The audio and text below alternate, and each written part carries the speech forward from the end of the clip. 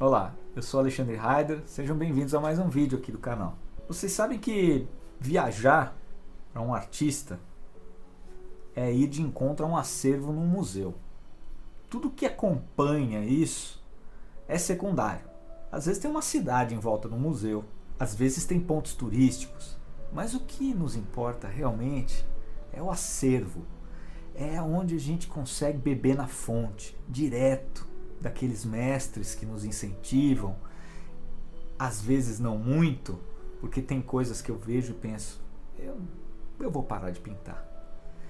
Mas, se a gente analisar, a gente tem que agradecer por ter acesso a esses trabalhos deixados pelos mestres. Muitas vezes a gente tem a possibilidade de viajar para fora, ir num grande museu, como o Louvre, o Metropolitan, o Museu do Prado, na Espanha. Esses são alguns dos museus que eu já estive. Mas a gente também tem que valorizar a nossa cultura, os nossos acervos. Aqui no Brasil nós temos pelo menos 3 ou 4 grandes museus que não deixam nada a dever para os maiores museus do mundo. Então, quando eu organizo uma viagem ou um passeio por um museu, é ao mesmo tempo uma maneira de estar mais perto dos mestres e é uma maneira de estudar. Eu tenho uma história que eu quero contar para vocês de uma vez que eu fui a Paris, isso nos anos 90, 1998, acredito, e eu tive a oportunidade de fazer uma carteirinha de artista plástico da Unesco. É uma carteirinha emitida pelo Sindicato dos Artistas Plásticos de São Paulo. E essa carteirinha da Unesco, ela faz com que você não pague nenhum museu da França. Isso vale principalmente para os maiores, o Museu do Louvre, o Museu d'Orsay, que tem sempre muita fila, e você apresenta essa carteirinha na entrada e ele te responde: bons estudos, você é um artista profissional, então você é respeitado dentro do museu.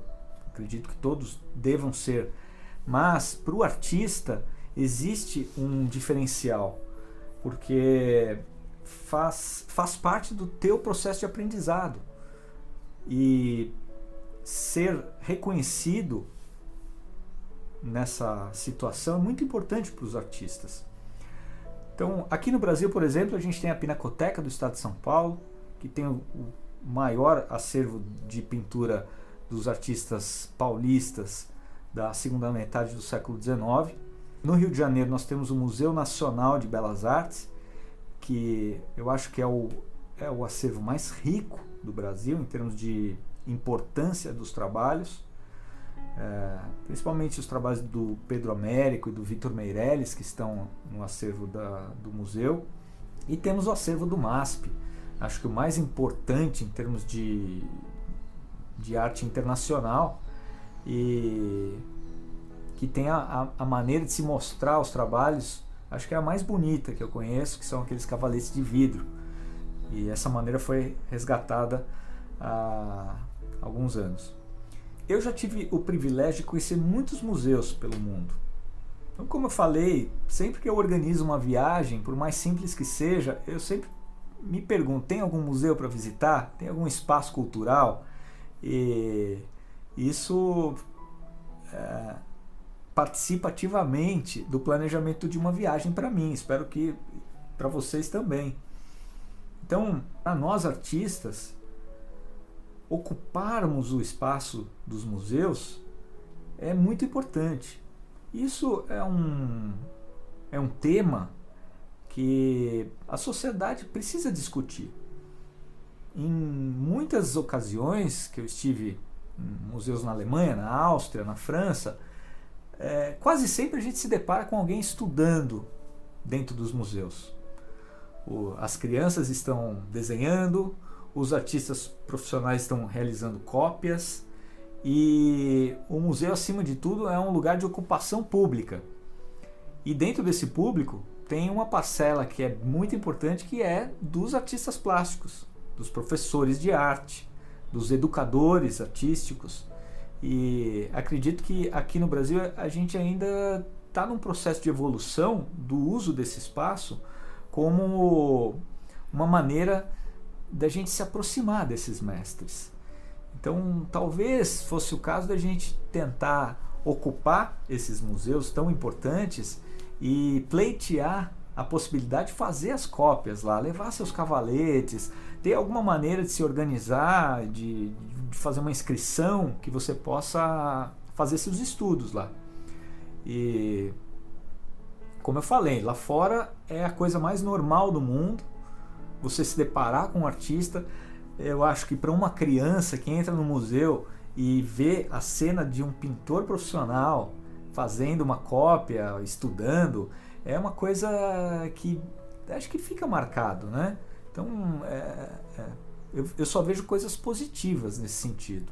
Tem uma viagem que eu fiz que me marcou bastante, que foi para a Espanha. Eu não tinha planejado isso, mas quando eu cheguei no museu, eu percebi que tinha uma exposição de 2 dos artistas que eu mais gosto. Isso são gratas surpresas que aparecem nas viagens. Então, até esse aqui foi um catálogo que eu trouxe da exposição, e é uma exposição que junta os trabalhos do Sargent e do Sorolla. Para quem conhece o trabalho desses caras, vocês podem sentir qual foi a minha alegria de saber que mais de 200 trabalhos deles estavam juntos nessa exposição. Então, são exposições itinerantes que acontecem de vez em quando, e a gente, quando a gente organiza uma ida a um museu, a gente pode se deparar com uma exposição que vai ficar marcada para a vida toda. Então, eu fiz um esforço para trazer esse catálogo, e tem um texto muito bom. Isso acontece com muitos museus. A Pinacoteca, por exemplo, é o museu que eu mais frequento aqui em São Paulo. Ela tem uma loja, uma livraria dentro do museu, com catálogos de exposições anteriores que já aconteceram. E muitas vezes esses catálogos são guias importantes para os nossos estudos, que complementam a visita nos museus. Então, acho que tudo está interligado, de você criar o hábito de conhecer o que os mestres deixaram, de visitar, sendo artista profissional, estudante, visitar pessoalmente esses acervos, porque uma coisa é você ver um trabalho num livro, outra coisa é você se deparar com um trabalho pessoalmente. Um próximo passo seria fazer estudos a partir desses acervos. Tem museus que liberam os desenhos, tem outros museus que liberam a prática da pintura. Aí cabe a gente se organizar, pleitear o nosso espaço, ocupar esse espaço como sociedade. E eu acredito que conhecendo o que esses mestres nos deixaram e valorizando os acervos dos museus, a gente consegue mais elementos, mais ferramentas para criar um futuro com uma arte de qualidade, onde a gente possa comunicar a partir do que eles nos deixaram. Então, eu deixo aqui a minha sugestão para vocês visitarem seus museus em suas cidades, planejarem passeios e viagens para museus mais distantes e fazerem pesquisas na internet para ver onde estão os trabalhos que vocês querem conhecer pessoalmente.